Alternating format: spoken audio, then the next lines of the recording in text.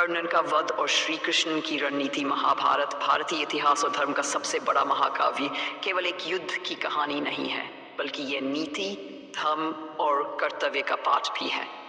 इसमें कर्ण का चरित्र एक अद्वितीय स्थान रखता है। कर्ण, जिनका जन्म कुंती और सूर्यदेव के संयोग से हुआ था, दुर्योधन के सबसे घनिष्ठ मित्र और महाभारत युद्ध के महान योद्धा थे। उनकी मृत्यु श्री कृष्ण की गहरी सोच और कूटनीति का परिणाम थी। आइए इस ऐतिहासिक घटना को विस्तार से समझते हैं। कर्ण का जन्म और उनके संघर्ष। कर्ण का जन्म एक राजकुमारी और देवता सूर्यदेव से हुआ था, लेकिन उन्हें जन्म के तुरंत बाद नदी में बहा दिया। उनका पालन पोषण अधिरथ और राधा नामक सारथी दंपति ने किया। यद्यपि वे जन्म से क्षत्रिय थे, उन्हें जीवन भर सूतपुत्र, सारथी पुत्र का अपमान सहना पड़ा। कर्ण का जीवन संघर्षों से भरा था। वे महान धनुर्धर बनना चाहते थे, परंतु गुरु द्रोणाचार्य ने उन्हें क्षत्रिय न होने के कारण शिक्षा देने से इनकार कर दिया। तब कर्ण ने परशुराम से शिक्षा प्राप्त की।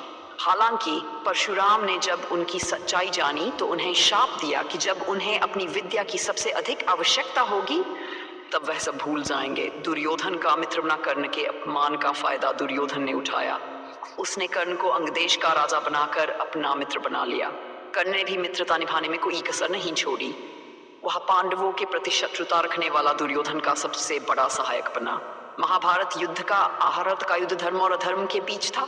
कर्ण के जीवन का सबसे बड़ा द्वंद्व ही था कि वह धर्म और मित्रता के बीच फंसे हुए थे।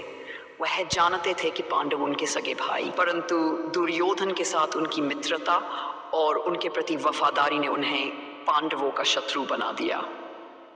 कृष्ण की रणनीति। कर्ण एक असाधारण योद्धा थे। उनके पास भगवान परशुराम का दिया दिव्यास्त्र था, जिससे वह किसी को भी पराजित कर सकते थे। श्री कृष्ण जानते थे कि यदि कर्ण ने अस्त्र शस्त्र का पूरा उपयोग किया तो पांडवों की विजय असंभव हो जाएगी। इसीलिए श्री कृष्ण ने कर्ण के खिलाफ कई योजनाएं बनाई। कर्ण का सत्य उजागर करना। महाभारत युद्ध शुरू होने से पहले श्री कृष्ण ने कुंती को कर्ण से मिलने भेजा। कुंती ने कर्ण को बताया कि वह उनके सगे पुत्र हैं। उन्होंने कर्ण से वादा लिया कि वह युद्ध में अर्जुन के अलावा किसी और पांडव को नहीं मारेगा। इस प्रकार कर्ण ने पहले ही अपनी शक्ति को सीमित कर दिया।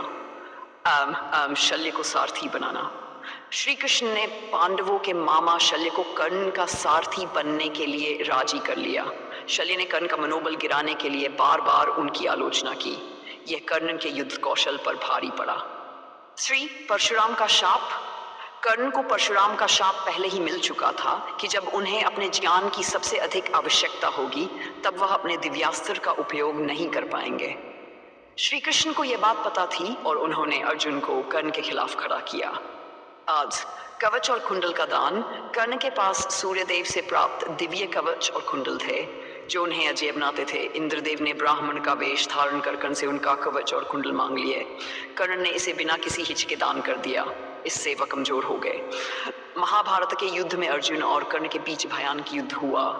कर्ण के बाण इतने प्रबल थे कि अर्जुन को पीछे हटना मजबूर कर दिया, लेकिन तभी कर्ण के रथ का पहिया की छड़ में फंस गया। उन्होंने युद्ध रोकने की प्रार्थना की, रथ को निकालने का प्रयास करने लगे। युद्ध के नियमों के अनुसार जब कोई योद्धा निहत्था हो या समस्या में हो तो उस पर प्रहार नहीं किया जाना चाहिए, लेकिन श्री कृष्ण ने अर्जुन को आदेश दिया कि वह कर्ण पर प्रहार करे। श्री कृष्ण ने अर्जुन से कहा, यह वह समय है जब कर्ण के पापों का फल मिलना चाहिए। उसने द्रौपदी का अपमान किया और अभिमन्यु की हत्या में भूमिका निभाई। अर्जुन ने श्री कृष्ण के आदेश का पालन किया और कर्ण पर प्रहार कर दिया। कर्ण परशुराम के शाप के कारण अपना दिव्यास्त्र भूल गए और बिना कवच कुंडल के वह अर्जुन के शक्तिशाली बाण का सामना नहीं कर सके। कर्ण की मृत्यु का महत्व। कर्ण की मृत्यु केवल एक योद्धा का अंत नहीं थी, बल्कि धर्म और अधर्म के युद्ध में धर्म की विजय के लिए आवश्यक थी। श्री कृष्ण ने यह सुनिश्चित किया कि अधर्म के पक्षधर, चाहे वे कितने भी शक्तिशाली क्यों न हो, पराजित हों। श्री कृष्ण की नीति। श्री कृष्ण की नीतियां और कूटनीति अक्सर विवाद का विषय बनती हैं, लेकिन यदि गहराई से देखा जाए तो उनका हर कदम धर्म की स्थापना के लिए था। उन्होंने कहा था, जब धर्म संकट में हो तो अधर्म का नाश करने के लिए सभी साधनों का उपयोग करना चाहिए। कर्ण एक महान योद्धा और दानवीर थे, लेकिन उन्होंने अधर्म का साथ दिया। उनकी मित्रता दुर्योधन से उनके पतन का कारण बनी। निष्कर्ष, कर्ण की मृत्यु महाभारत का सबसे महत्वपूर्ण और भावनात्मक क्षण है। यह हमें सिखाती है कि जीवन में धर्म और कर्तव्य का पालन कितना महत्वपूर्ण है। श्री कृष्ण ने जो भी किया वह धर्म की स्थापना के लिए किया। उनकी कूटनीति ने यह सुनिश्चित किया कि पांडव विजय प्राप्त करें और धर्म की पुनर्स्थापना हो। कर्ण का जीवन और उनकी मृत्यु हमें यह भी सिखाती है कि महानता केवल शक्ति में नहीं बल्कि सही मार्गदर्शन और नैतिकता में है। उनकी कहानी हर युग में प्रासंगिक रहेगी।